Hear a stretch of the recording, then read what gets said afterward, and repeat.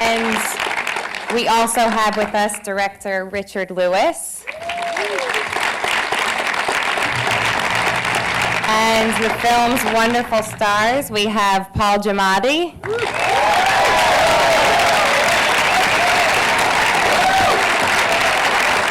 And the lovely Rosamund Pike.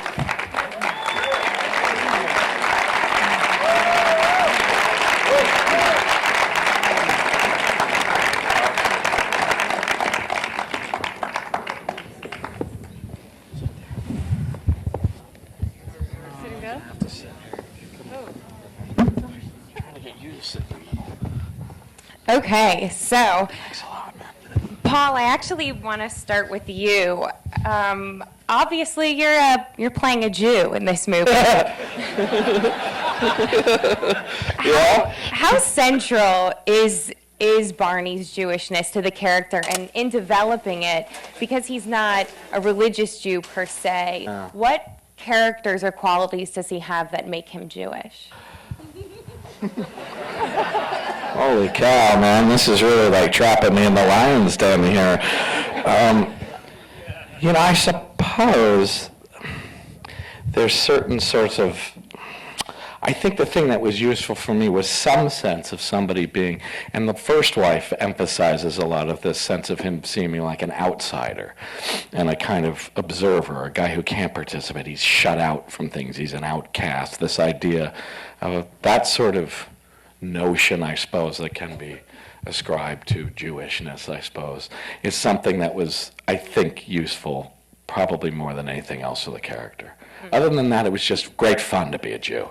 That's what I hear. Just great fun. Wait a minute, you have a Jewish son and a Jewish wife. I have a Jewish son and a Jewish wife. That had nothing to do with me playing a Jew, though, because at home, I'm the outsider at home. And but I suppose I get something from my Jewish son and Jewish wife, yes. But I mean, John Stewart thought you were a Jew, so, that counts. Everybody seems to think I am a Jew. Yeah. On the one hand, it's sort of easy to read Barney as this smug curmudgeon, and he easily probably could have been an unsympathetic character, but you managed to imbue him with such tenderness, and I mean, this is a triumph. It's the schlubby Jew getting the Grace Kelly character. That's right. So talk a little bit about how you transform a character who's sort of, let's say, superficially unattractive and make him desirable. Question again. I don't have to do any work to do that. I don't have to do a damn thing to do that. I just show up and walk in front of the camera and just let it rip. I just let it go.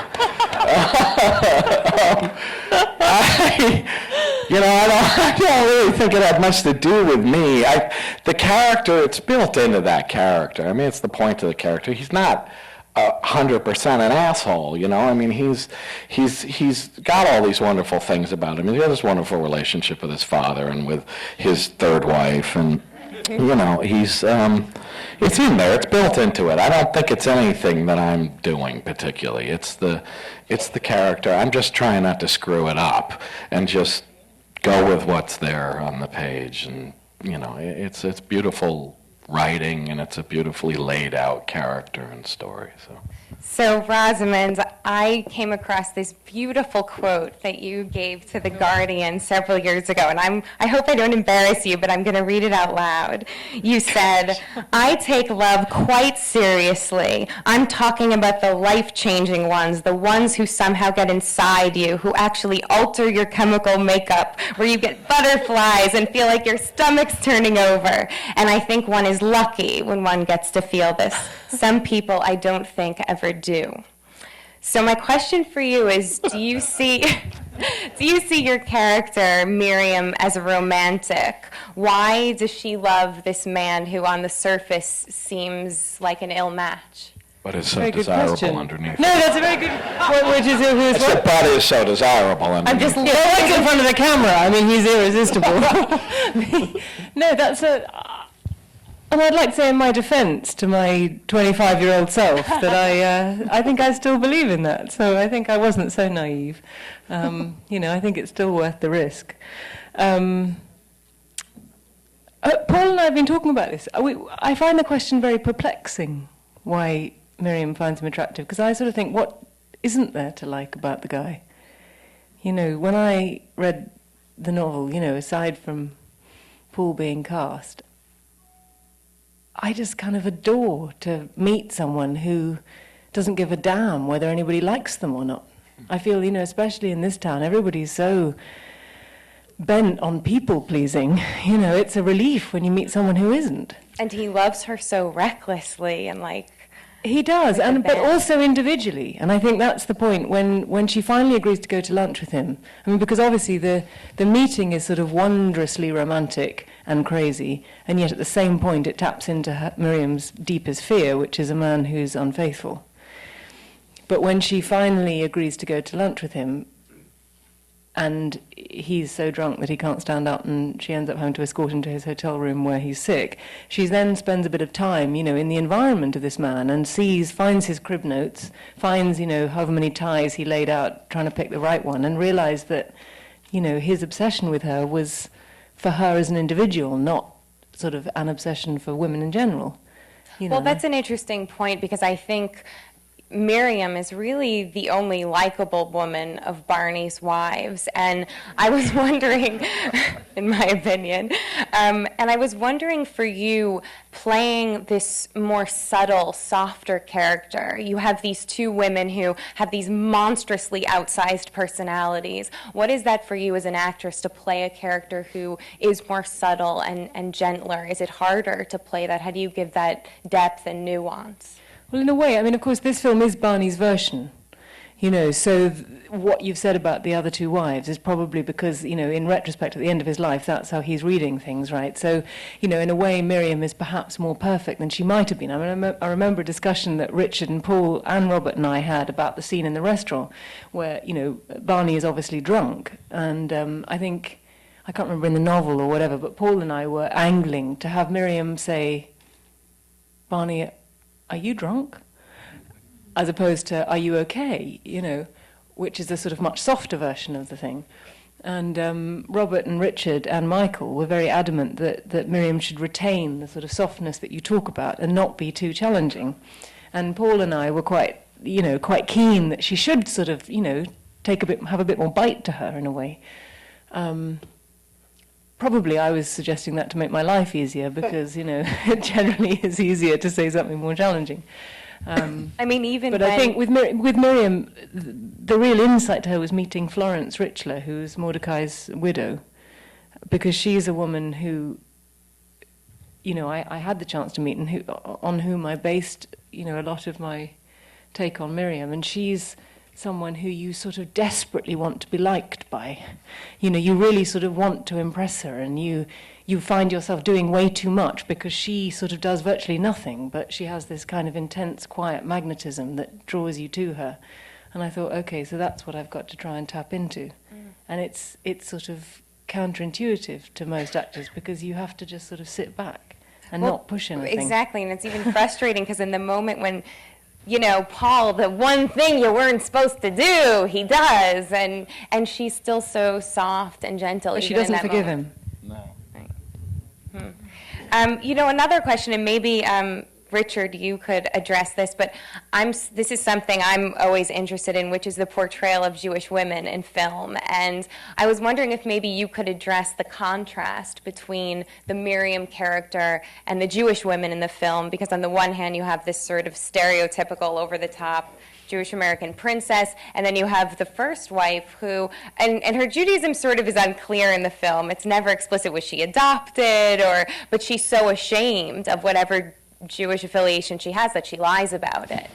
So it seems that the film and the script, there's an ambivalence here about the Judaism. You know, I think that Richler had a very particular kind of relationship. He was more of a secular Jew, and I think Robert can address this as well. But he was, in a lot of ways, he wrote very rich characters that were, that he was, in some ways, he's commenting on how he feels in a certain way about, this particular type of Jewish person, this particular type of Jewish person. And, he kind of was so good at getting to, and I don't believe that either of these are stereotypes. I think they're textured, they're deep, they're rich, they're women we know that we've seen in our lives. And because we've seen this type before, we feel they're stereotypes. But I think that, Minnie did a wonderful job, and Rochelle, at bringing out the nuances. And, originally also, for those of you who've read the novel, it was Miriam Greenberg, not Miriam Grant. So they were all Jewish women, and they were all different takes on the various types of Jewish women that had crossed his path. Well, that's interesting. Why did that change? Because of Florence, really, isn't it? We had a choice to make. Either stay with the character as written by Mordecai in the book, her name was Miriam Greenberg, or really go with the character, with the real person on whom that character was based, who was his wife, Florence Richler, who is not Jewish. And everything about this character, except that name that he gave her, Greenberg, was Florence. Right from the way they meet, because Mordecai and Florence met at Mordecai's wedding to his previous wife. God, Everything those about this nice character- Jewish boys, they'll get you every time. And so we decided that we're really going to base it on the person who it really was, and hence she became Miriam Grant. Now, this is something probably all of you could contribute to, but this is a type of film we're not seeing too much of in Hollywood anymore. I mean, this is a really character-driven, rich drama, and we're not seeing a lot of these films being made. So talk to me a little bit maybe about the process of getting a film like this made, and I'm sure having such a fantastic cast had something to do with it, or maybe helps it get sold. But talk a little bit about that and what it means to actually put a film like this out there when, we're seeing a lot of remakes and avatars. We were going to do this in 3D, actually, this movie. And I think it's a mistake that we didn't, frankly. I think my wig needed to be in 3D. But I'm going to turn it over to these guys. Well, I think, that's a cool idea. Idea, right? Just especially like the scene where you jump towards her on the Incredible, absolutely. boxer shorts, just all like right to the camera. Totally. That would be good. But I think both Robert and I originally Robert had been drawn to this work by Mordecai, who's a long-term friend, and I'll let him talk on that in a second. But this is a kind of film that I was drawn to because of the type of character study, this intimate character study in the milieu of this epic, life. And it had so many different. It reminded me of some of the movies that I loved, growing up with, and the kind of character studies that sort of defined genre classification in the 70s. Movies that Dustin was in, like The Graduate, Little Big Man, and so I just love this kind of movie that's kind of classic and old-fashioned and really tells, a great story about a man's life. Was it tough to get it made? Well, now I'll pass it over here because I think that's his doing. So.